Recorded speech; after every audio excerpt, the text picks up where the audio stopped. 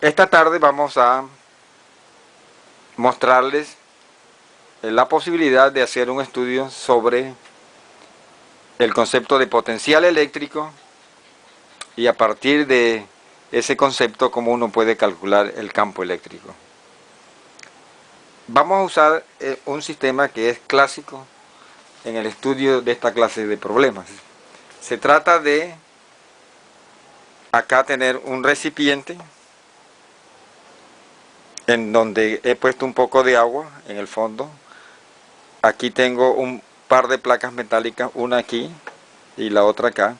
Placas metálicas en este caso de cobre. Tengo acá una batería cuyo terminal positivo lo he colocado, lo he unido acá a la placa. Esta placa voy entonces a llamarla la placa positiva. Y el terminal negativo de la batería acá lo tenemos conectado a la placa que yo llamaré la placa negativa. También tengo acá un multímetro en modo de voltímetro y su lado negativo o común está conectado a la placa negativa.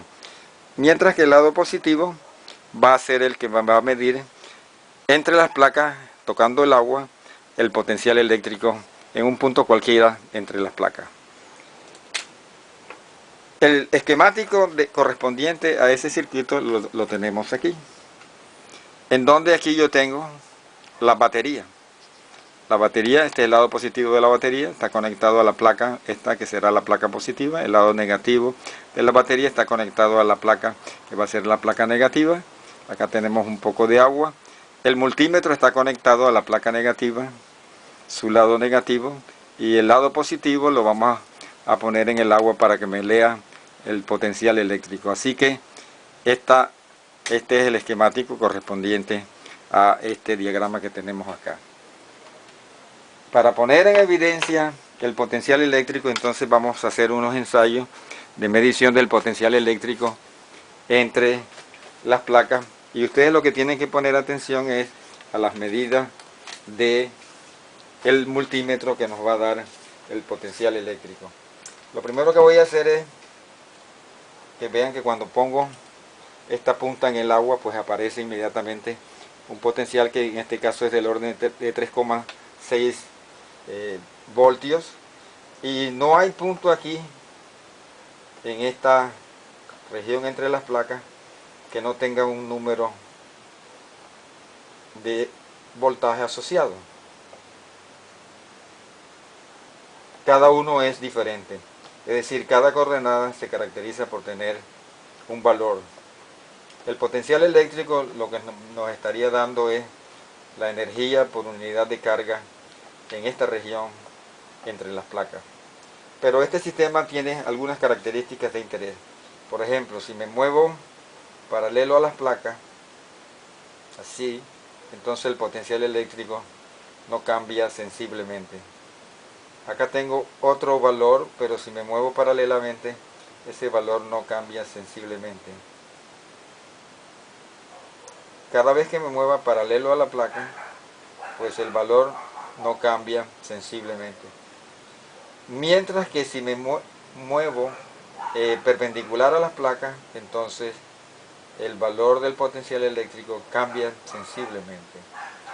El hecho de que este valor de potencial cuando me muevo horizontalmente no cambie mucho, me lleva a pensar de que estas líneas tienen un potencial constante y por eso reciben el nombre de líneas equipotenciales.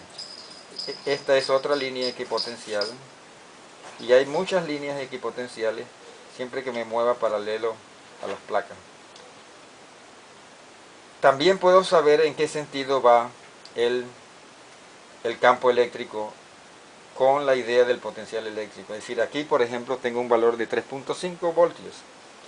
Si me muevo hacia la placa negativa, observen que el valor entonces cae a 2,2 o 2,3 voltios. De manera que el potencial alto está aquí y el potencial bajo está acá.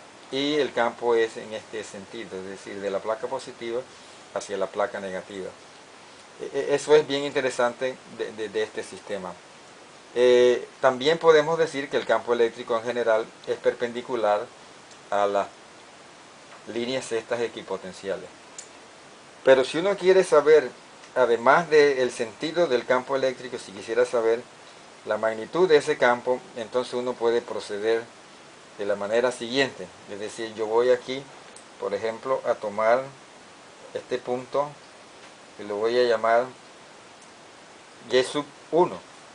Y ese punto tiene una coordenada Y de 10,0 centímetros.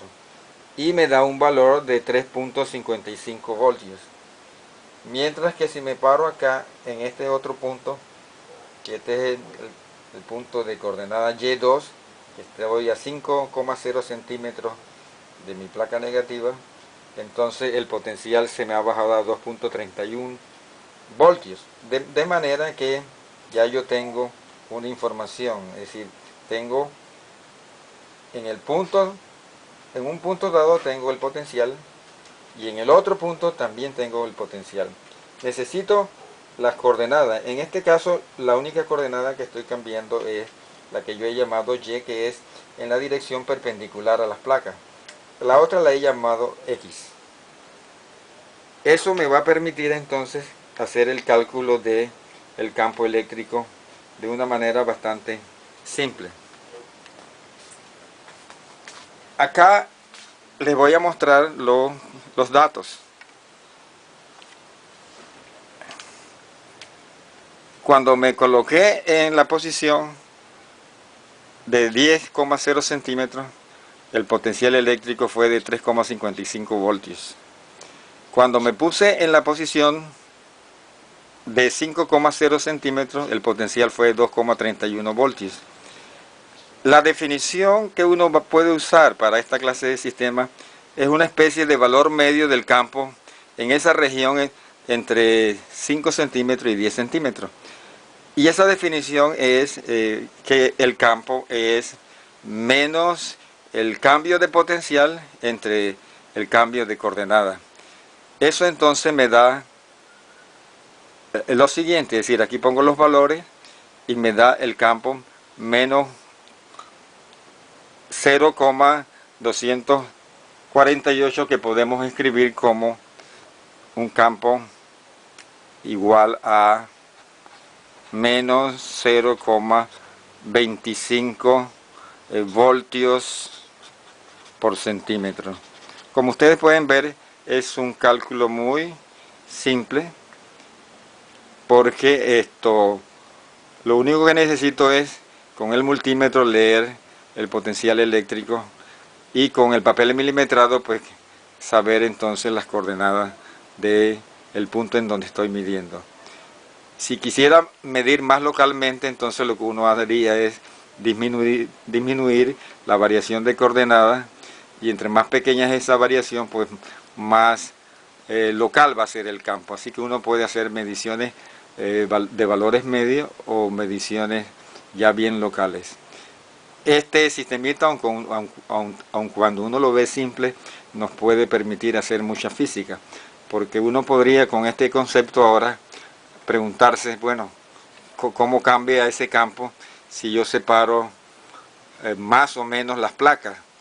¿Cómo es ese campo si, por ejemplo, cambio el voltaje de mi batería? Y entonces ese campo podría ser estudiado de una manera mucho más completa.